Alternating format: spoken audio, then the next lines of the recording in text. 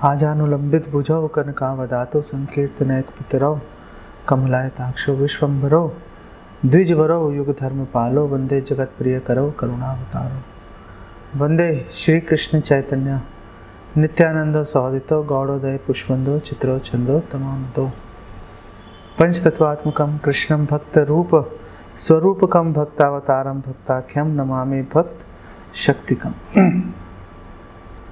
श्री कृष्ण चैतन्य प्रभु नित्यानंद श्री अद्वैत गदाधर शिवासरी गौर भक्त वृंदा। हरे कृष्ण कृष्ण कृष्ण हरे हरे, हरे राम राम राम हरे हरे।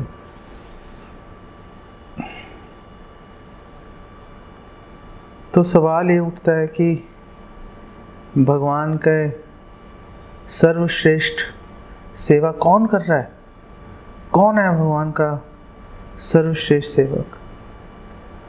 तो आम तौर पे ये सवाल पूछा जाए तो सारे भक्त एक ही स्वर में बोलेंगे कि भगवान की सबसे अधिक सेवा जो है वो गोपियाँ करती हैं, और गोपियों में सबसे अधिक सेवा श्रीमती राधा रानी करती हैं। लेकिन गोपियाँ भागवतम के दशम स्कंद में गोपियाँ कह रही हैं कि भगवान के सर्वश्रेष्ठ भक्त कौन है? हरिदास वर्यो, कि हरि के दास कृष्ण के सेवकों में सबसे श्रेष्ठ कौन है? तो गोपियों ने कहा सबसे श्रेष्ठ गोवर्धन है। क्यों गोवर्धन सबसे श्रेष्ठ है? क्योंकि गोवर्धन, पहली बात यह है कि गोवर्धन केवल भगवान कृष्ण पर ध्यान केंद्रित नहीं करता। गोवर्धन ये नहीं सोचता ओ चलो कृष्ण की सेवा करेंगे बाकी दुनिया जाए भाड़ में, नहीं। गोवर्धन जो है वो गायों की भी सेवा करता है, उनको सुगंधित से सुगंधित घास उनको अर्पित करता है। गोवर्धन जो है गायों के पीने के लिए सुगंधित जल, ठंडा मीठा जल उसकी व्यवस्था करता है। गोवर्धन ग्वाल बालों के लिए, जो कृष्ण के सखा हैं, उनके क्रीड़ा करने के लिए, खेलने के लिए उत्तम से उत्तम स्थान उनके लिए जो है सृजन करता है, उसका निर्माण करता है। गोवर्धन जो है ग्वाल बालों के बैठने के लिए रत्न जटित सिंहासन निर्माण करता है। केवल कृष्ण के लिए नहीं, केवल कृष्ण के लिए नहीं, सभी भगवान कृष्ण के असंख्य करोड़ों अरबों सखाओं के लिए भी गोवर्धन उसी उत्साह के साथ में सेवा में जुड़ता है। गोवर्धन जो है भगवान कृष्ण और श्रीमती राधा रानी जी की जो अंतरंग लीलाएं हैं उसके लिए भी पूरा सहयोग करता है। भगवान के और भगवान के भक्तों के, सखाओं के, गोपियों के श्रृंगार के लिए तरह तरह के खनिज पदार्थ गोवर्धन जो है उपलब्ध कराता है। तरह तरह की गुफाएं, एकदम ठंडी गुफाएं, जो कि भगवान को गर्मी में जो है भगवान को गर्मी से बचाएंगी और उनको ठंडक भगवान को प्रदान करेंगी, भगवान के सखाओं को ठंडक प्रदान करेंगी, उनकी धूप से रक्षा करेंगी। ऐसा वातावरण जो है गोवर्धन प्रकट करते हैं। तो क्योंकि गोवर्धन भगवान कृष्ण के साथ साथ भगवान कृष्ण के सखाओं पर, भगवान कृष्ण की गायों पर, गोपियों पर, जितने भी ब्रज के निवासी हैं उन सब के लिए गोवर्धन समान रूप से सेवा में हमेशा नियुक्त रहते हैं। इसीलिए गोपियों ने बोला हरि दास वर्यो, कि जो हरि का वो दास सर्वश्रेष्ठ है जो कि भगवान के साथ, कृष्ण के साथ, उनके सखाओं पर, उनकी सेवा में भी नियोजित रहता है। हमारे आचार्य बोलते हैं कि 3 तरह के भक्त होते हैं। कनिष्ठ भक्त, मध्यम भक्त और उत्तम भक्त। तो कनिष्ठ भक्त कौन है? जो केवल भगवान कृष्ण पर ध्यान लगाएगा, पूर्ण भगवान कृष्ण पर उसका ध्यान, पूरी 100% भगवान पर उसका ध्यान केंद्रित है।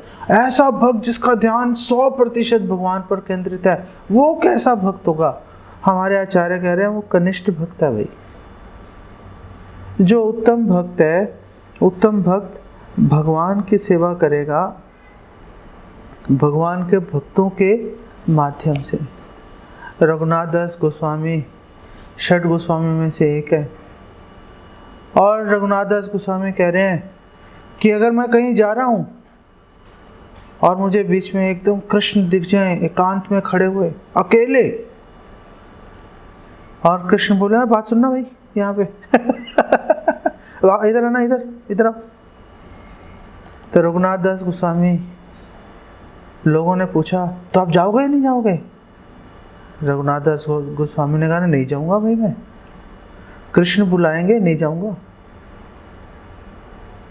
वो अकेले खड़े हैं, उनके पास जाऊंगा, मुझे ना अकल ना मुझे कोई तरीका आता है कि भगवान से कैसे व्यवहार करूंगा, किसका सहारा लूंगा, कोई गलती हो गई तो।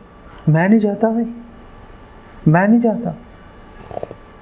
बृहद भागवत में वर्णन आता है कि नारद जी जा रहे थे द्वारका में भगवान कृष्ण के दर्शन करने के लिए। रास्ते में हनुमान जी से मिल लिए, वो हनुमान जी से मिल लिए। हनुमान जी को उन्होंने बोला चलो भगवान कृष्ण के दर्शन करके आते हैं। हनुमान जी ने बोला अच्छा आप भगवान कृष्ण के दर्शन के लिए जा रहे हो, बहुत अच्छी बात है, आप जाओ आप जाओ। अरे आप भी चलो भाई। तो नारद जी को बोला हनुमान जी ने, हनुमान जी कहते हैं मैं तो भगवान राम की लीलाओं से भ्रमित हो रहा हूँ।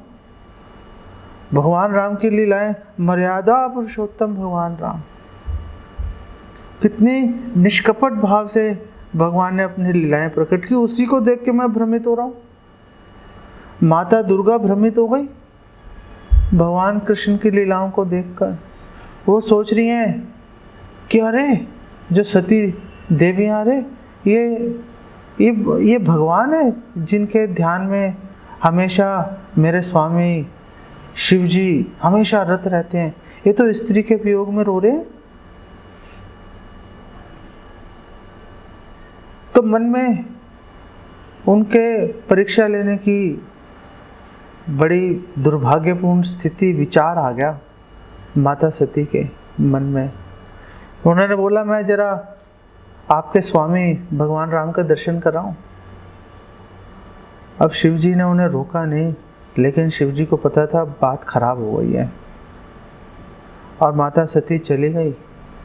और भगवान राम और लक्ष्मण ढूंढ रहे हैं पेड़ों से, पौधों से, जानवरों से, घास से, पूछ रहे हैं अरे तुमने सीता को देखा है, अरे तुमने सीता को देखा है, और रो रहे हैं जोर जोर से। और माता सीता जो है, वो माता सती, वो सीता माता का रूप धारण करके मार्ग में खड़ी हो गई। भगवान राम ने देखा और भगवान राम ने प्रणाम किया और उनको बोला हे माते, आप यहाँ अकेली कैसे, शिव जी कहाँ है? तो उनको एकदम बड़े डर लग गया, उनको माता सती को। उन्होंने बोला ये मैंने क्या कर दिया, और वापस आई डर के मारे शिव जी के पास। तो शिव जी ने बोला कि आपने मेरी माता का वेश धारण कर लिया, सीता माता मेरी माँ के समान है, आपने उनका रूप धारण कर लिया, अब मैं आपसे सेवा कैसे स्वीकार करूँगा, अब मैं आपसे सेवा स्वीकार नहीं कर सकता। और उसी दौरान में महाराज दक्ष जो सती माता के पिता हैं, उन्होंने यज्ञ एक आरंभ किया और सभी को बुलाया, शिव जी को नहीं बुलाया। और माता सती गई वहाँ पर, और उन्होंने शिव जी का अपमान जब देखा तो उन्होंने योग अग्नि में अपने शरीर को उन्होंने त्याग दिया, क्योंकि वो शरीर वैसे भी भगवान शिव की सेवा के उपयुक्त नहीं रहा था। और उन्होंने त्यागा और फिर दोबारा उन्होंने हिमालय की पुत्री के रूप में उन्होंने जन्म लिया, तो दोबारा प्रकट हुई और फिर उन्होंने तपस्या करके शिव जी को प्रसन्न किया और उनको प्राप्त किया। हनुमान जी ने कहा कि भगवान राम की लीला को देख के भ्रमित हो जाते हैं, और भगवान कृष्ण की लीलाएं तो अत्यंत विचित्र, विलक्षण, अद्भुत है। मैं नहीं जा सकता उनके दर्शन करने के लिए, मैं उनको देखूंगा तो पूरी तरह से भ्रमित हो जाऊंगा। आपने जाना है, आप जाइए, मैं तो यहीं पर भगवान राम का ध्यान लगाता हूँ। इतनी भगवान की लीलाएं जो हैं इतनी विचित्र हैं, इतनी विलक्षण है, भ्रमित हो जाते हैं लोग। ऐसे भगवान को आखिर कैसे समझा जा सकता है? ऐसे भगवान के साथ आखिर कैसे संबंध स्थापित किया जा सकता है?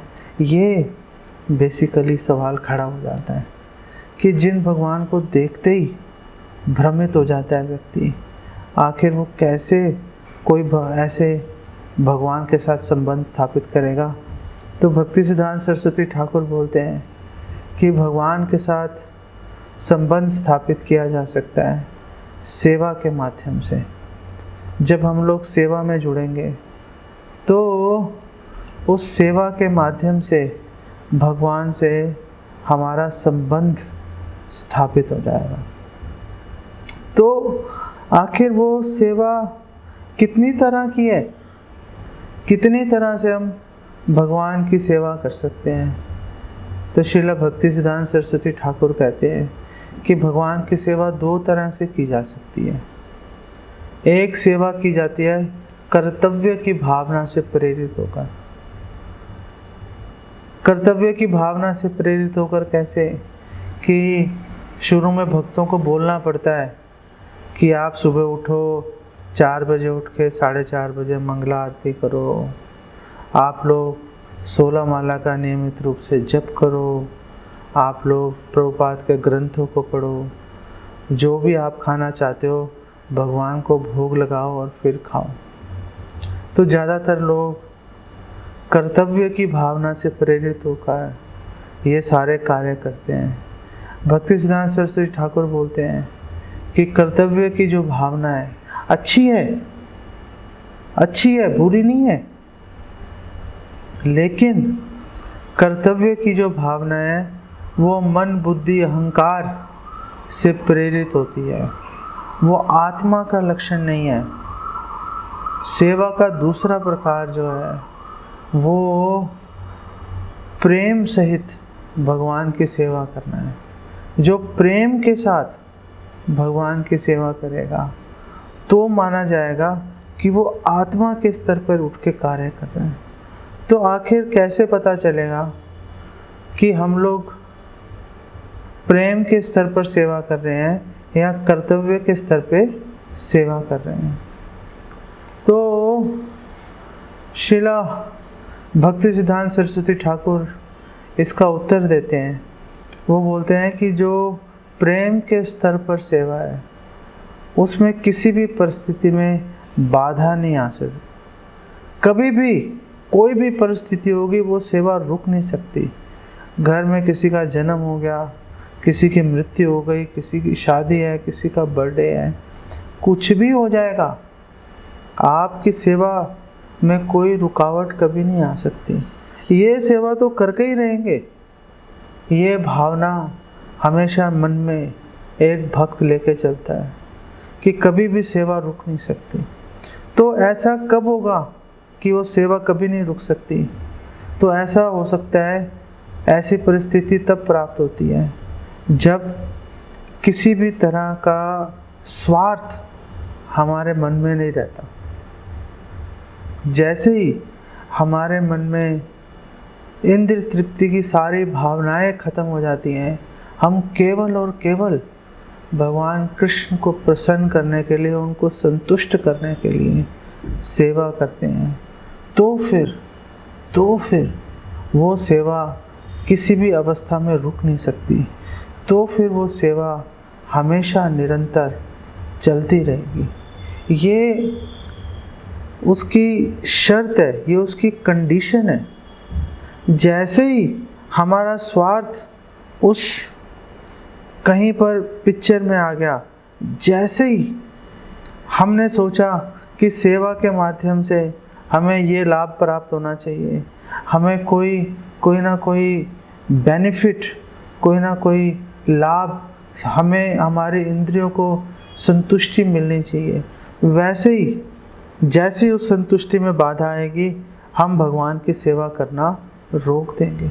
ऐसे बहुत से लोग मिलते हैं जो भगवान की सेवा में तो जुड़ते हैं, लेकिन फिर बोलते हैं अरे देखो कुछ फ़ायदा तो हुआ नहीं, हम तो छोड़ के किसी और देवी देवता की शरण में जा रहे हैं। मेरे एक रिश्तेदार हैं, उनके पिता की तबीयत खराब हो गई, बीमार हो गए वो, तो उन्होंने बहुत सारे यज्ञ हवन किए, लेकिन उनके पिता की तबीयत ठीक नहीं हुई और अंततः उनका देहांत हो गया। और जैसे ही उनका देहांत हो गया, वैसे मेरे जो संबंधी हैं उन्होंने तुरंत भगवान के अस्तित्व को, भगवान की शक्ति को नकार दिया कि अरे ऐसे भगवान की पूजा अर्चना करने से क्या लाभ जो मेरे पिता की रक्षा नहीं कर सकें। जब ये विचार मन में आया तो उन्होंने सब तरह से भगवान की सेवा बंद करके दुनिया भर के जो नास्तिकों वाले कार्य हैं वो आरंभ कर दिए। भगवान चाहेंगे तो भगवान हेल्प करेंगे, भगवान नहीं चाहेंगे तो नहीं करेंगे। हम भगवान को मजबूर नहीं कर सकते कि नहीं देखो आपको तो करना ही पड़ेगा जी, आप अगर नहीं करोगे तो फिर हमारी आपकी बात बनेगी नहीं। हमें हर हालत में जिस भावना से, जिस स्वार्थ से प्रेरित होकर हम कर रहे हैं, हमें आपको हमारे उस स्वार्थ को पूरा करना होगा। भगवान ऐसी बातें भगवान को अच्छी नहीं लगती। भगवान को वो भक्त अच्छा लगता है जो कि निस्वार्थ भाव से केवल और केवल भगवान को संतुष्ट करने के भाव से भगवान की सेवा में जुड़ता है। वो जो सेवा है, जो निस्वार्थ है, जो किसी भी अवस्था में रुक नहीं सकती, वो जो सेवा है अप्रतिहता, कभी टूटेगी नहीं, तेल की धार की तरह है।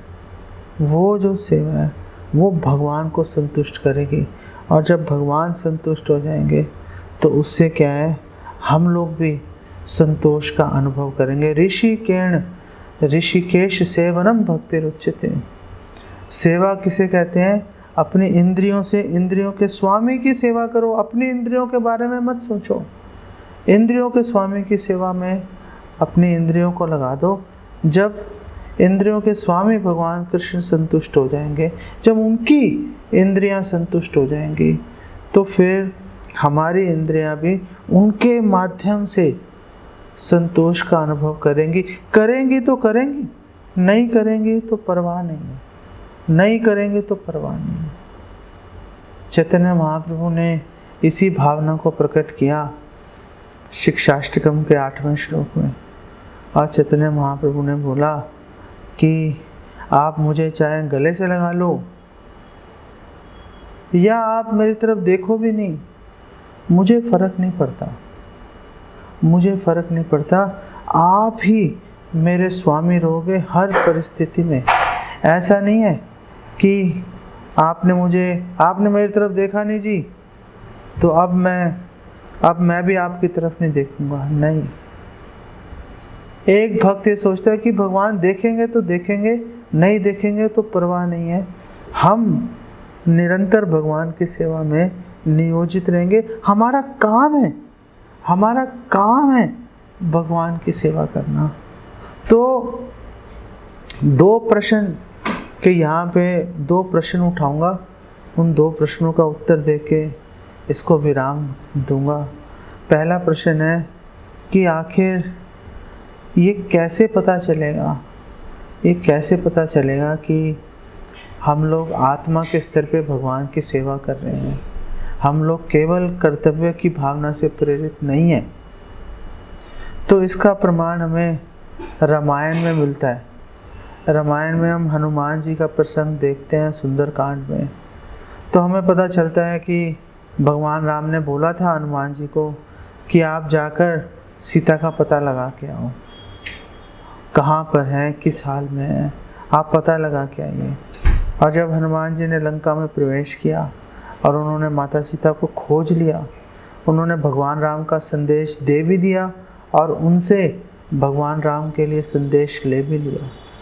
उनकी जो सेवा है वो पूरी हो चुकी थी। अगर वो वापस चले जाते तो भगवान राम उनसे पूरी तरह संतुष्ट रहते, लेकिन नहीं। हनुमान जी ने सोचा कि अब मैं आया हूँ तो रावण की जो उसकी शक्ति है, उसकी सेना है, उसकी ताकत, उसका भी अनुमान लगा के जाता हूँ। उसके मन में भगवान के प्रति, मेरे स्वामी के प्रति थोड़ा डर बिठा के जाता हूँ। हनुमान जी ने इस प्रयोजन के निमित्त हनुमान जी ने पूरी लंका को उजाड़ दिया। अपनी जान की बाजी हनुमान जी ने लगा दी। इंद्रजीत ने ब्रह्मपाश के अंदर हनुमान जी को बांध लिया और हनुमान जी बंधे हुए रावण की सभा में पहुंचे और रावण को सबक सिखाया पूरी लंका में आग लगा के। और फिर माता सीता की आज्ञा से हनुमान जी वापस भगवान राम की शरण में पहुँचे। तो क्या हमें इससे पता चलता है? हमें इससे ये पता चलता है कि सेवा हम प्रेम की भावना से प्रेरित होकर कर रहे हैं। उसका लक्षण क्या है? उसका लक्षण है कि हम सेवा को हमेशा बढ़ा के करने की चेष्टा, प्रयास करते हैं। जितनी सेवा आपको मिली है, आप केवल उतनी सेवा करके आप संतोष का अनुभव नहीं कर पा रहे हो। अरे ये तो कुछ भी नहीं है, भगवान अनंत है, उनकी सेवा अनंत है। मैं इतनी सी सेवा करके आखिर क्या भगवान को संतुष्ट करूंगा? मुझे कुछ और अधिक प्रयास करना चाहिए। मैं भगवान की दया पर आश्रित रहकर कुछ और प्रयास करता हूँ, कुछ और अधिक भगवान को और उनके भक्तों को संतुष्ट करने का प्रयास करता हूँ। ऐसी जब भावना हृदय में आ जाए और हम निरंतर अपनी सेवा को बढ़ाने के लिए हम लोग चेष्टा करें, तो समझ लीजिए कि हम लोग अब कर्तव्य की भावना से प्रेरित नहीं हैं। अब हम लोग आत्मा के स्तर पर भगवान की सेवा करने का प्रयास कर रहे हैं। दूसरा प्रश्न ये उठता है कि आखिर ये संभव कैसे होगा? कैसे संभव होगा? कैसे हम अपने मन से लड़ें, समाज से लड़ें, परिवार से लड़ें? कैसे हम उनका सामना करते हुए, अपने सामाजिक कर्तव्यों का पालन करते हुए, कैसे हम कर्तव्य की भावना से ऊपर उठकर हम प्रेम के स्तर पर भगवान की सेवा करने का हम कैसे ऊपर उठ सकते हैं?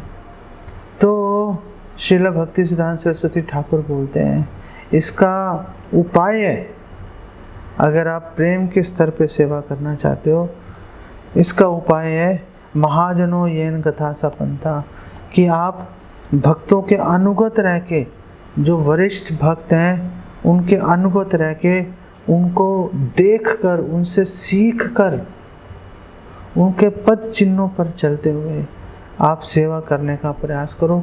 और देखो जो वरिष्ठ भक्त हैं कितनी अधिक सेवा कर रहे हैं, दिन रात सेवा में लगे रहते हैं, दिन रात भक्तों के चरणों की सेवा में निरंतर लगे रहते हैं। ऐसे विचार जब मन में आएंगे तो फिर हमें प्रेरणा मिलेगी कि हम भी जो वरिष्ठ वैष्णव हैं, हम भी उनके समान भगवान की और भक्तों की सेवा में लगते हैं। फिर हमें समस्याएं आती हैं। जब हम सेवा करने का प्रयास करते हैं तो हमें समस्याएं आती हैं। हमारा मन हमें बोलता है, अरे तुम्हें इतना परिश्रम करने की आखिर क्या ज़रूरत है? अपना आराम से 16 माला करो, प्रभुपाद के ग्रंथों को पढ़ो, स्वादिष्ट प्रसाद खाओ और आराम से घर जाओ। आप क्यों परेशान हो रहे हो? आप सेवा कर तो रहे हो। घर वाले बोलेंगे अरे आपको क्या हो गया है? जब से आपने माला हाथ में पकड़ी है आप घर वालों के बारे में सोच ही नहीं रहे, आप हमारे बारे में कुछ हमारा ध्यान नहीं रख रहे, हमें पिक्चर दिखाने नहीं ले जा रहे, हमें घुमाने नहीं ले जा रहे। आखिर आपको क्या हो गया है? आप हमारा ध्यान करो। समाज वाले बोलेंगे कि आपको क्या सफलता नहीं चाहिए? क्या आप अमीर व्यक्ति नहीं बनना चाहते? क्या आप समाज में एक सम्मानित स्थान प्राप्त नहीं करना चाहते? ये माला से कुछ नहीं होगा। आपको कठोर परिश्रम करना चाहिए, आपको धन अर्जित करना चाहिए, समाज कल्याण के कार्यों में जुड़ना चाहिए। उससे आप समाज में सामान्य स्थान प्राप्त कर पाओगे, लोग आपका आदर करेंगे। आप ये क्या, आप पुस्तक वितरण में, प्रसाद वितरण में, नगर संकीर्तन में ये आप क्या लगे हो? ऐसी अवस्था में हम कैसे अपने मन, अपने परिवार, समाज, इनसे कैसे हम जूझेंगे? तो भक्ति सिद्धांत सरस्वती ठाकुर बोलते हैं कि उस समय हमें ये सोचना पड़ेगा कि हम कितने नीच हैं, हम कितने दीनहीन हैं, हम कितने अयोग्य हैं भगवान की सेवा करने के लिए। लेकिन भक्त कितने महान हैं कि उन्होंने फिर भी हमें सेवा में नियोजित कर रखा है। आखिर इस अवसर को छोड़ूं तो कैसे छोड़ूं? इस अवसर को मैं नहीं छोड़ सकता। और भक्ति सिद्धांत सरस्वती ठाकुर बोल रहे हैं कि अगर हम अपने पतित अवस्था के बारे में अगर हम बार बार सोचते रहेंगे कि हम कितने पतित हैं, कितने अयोग्य हैं, फिर हम श्री राधा कृष्ण के चरण युगल देखने के अधिकारी बन जाएंगे। फिर हम भगवान कृष्ण के भक्तों की सेवा करने का अधिकार प्राप्त कर लेंगे। ओडिशा के राजा महाराज प्रताप रुद्र, वो बार बार रामानंद राय, सार्वभौम भट्टाचार्य, इनको बोल रहे थे कि मुझे महाप्रभु के दर्शन करवाइए, मैं उनके दर्शन करने के लिए बहुत लालायित हूँ। तो उन्होंने बोला कि महाप्रभु संसारिक लोगों से नहीं मिलते, आप संसारिक हो, आप राजा हो, विलासिता में रहते हो, आपसे नहीं मिलेंगे महाप्रभु। तो राजा ने बोला कि मैं संन्यास ले लेता हूँ, मैं ठोकर मारता हूँ राज्य को। लेकिन रामानंद राय और सार्वभौम भट्टाचार्य ने कहा लेकिन आप एक वैष्णव राजा हो, आप पूरी प्रजा को जगन्नाथ भगवान की भक्ति में लगा रहे हो, उनकी सेवा में लगा रहे हो, आपके छोड़ने से बहुत नुकसान होगा, आप सेवा करते रहिए। तो कैसे भगवान की, कैसे मुझे महाप्रभु के दर्शन प्राप्त होंगे? तो उनको ये विचार आया मन में कि भगवान के भक्तों की सेवा करूँगा तो मुझे महाप्रभु के दर्शन अवश्य प्राप्त होंगे। तो रथ यात्रा के दौरान महाराज प्रताप रुद्र ने अपने हाथ में झाड़ू लेकर जगन्नाथ रथ यात्रा के आगे चल रहे थे और भक्तों के चरणों का ध्यान कर रहे थे और पूरे रास्ते को साफ कर रहे थे कि किसी भक्त के पैर में कंकर चुभ नहीं जाए, कोई तिनका चुभ नहीं जाए। और जब वो इस तरह से भगवान के जो भक्त हैं, जो वैष्णव हैं, उनके चरणों की सेवा के बारे में सोच रहे थे, तो उन्होंने ऐसे नज़र उठाई तो उन्होंने देखा जगन्नाथ रथ यात्रा के चारों ओर 7 भक्तों की टोलियां नृत्य और कीर्तन कर रही थी। और अचानक महाराज प्रताप रुद्र ने क्या देखा कि चैतन्य महाप्रभु सभी 7 टोलियों में एक साथ नृत्य और कीर्तन कर रहे हैं। ये देखते ही महाराज प्रताप रुद्र एकदम स्तंभित हो गए आश्चर्यचकित हो गए, उनके रोम हर्षण हो गया, उनको आंखों से अश्रु बहना शुरू हो गया। तो उनको सार्वभौम भट्टाचार्य रामानंद राय ने बोला कि आप इस विषय में किसी को बताइए नहीं कि आपको ऐसे दर्शन हुए हैं। और फिर रथ यात्रा के दौरान बीच में चैतन्य महाप्रभु विश्राम के लिए रुके। तो महाराज प्रताप रुद्र एक वैष्णव के वेश में गए। रामानंद राय सार्वभौम भट्टाचार्य ने भेजा उनको बगीचे में, और वहाँ पर रामानंद राय और उनके सार्वभौम भट्टाचार्य के निर्देशानुसार महाराज प्रताप रुद्र को भगवान की चरण सेवा करने का, महाप्रभु की चरण सेवा करने का सौभाग्य प्राप्त हुआ। उन्होंने भागवतम के श्लोक गाना शुरू किए, जिससे कि महाप्रभु को भगवान कृष्ण का जो प्रेम है और अधिक पुष्ट हुआ, और चैतन्य महाप्रभु ने एकदम भावविभोर होकर महाराज प्रताप रुद्र का प्रगाढ़ आलिंगन किया। तो अगर भक्तों के, श्रील भक्ति सिद्धांत सरस्वती ठाकुर कह रहे हैं, अगर भक्तों के चरण चिन्हों का अगर हम अनुसरण करेंगे, उनकी आज्ञा के अनुसार अगर हम सेवा में लगेंगे और अपनी सेवा को बजाय कि घटाने के उसको और अधिक बढ़ाने का प्रयास करेंगे, तो फिर हम कर्तव्य के धरातल से ऊपर उठ के आत्मा के स्तर पर, प्रेम के धरातल पर हम आकर भगवान की सेवा करने का अधिकार हम लोग प्राप्त कर लेंगे।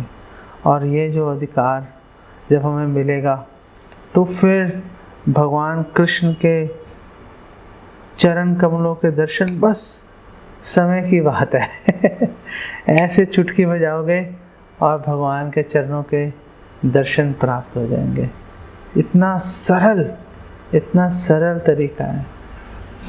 आपको क्यों बता रहा हूँ?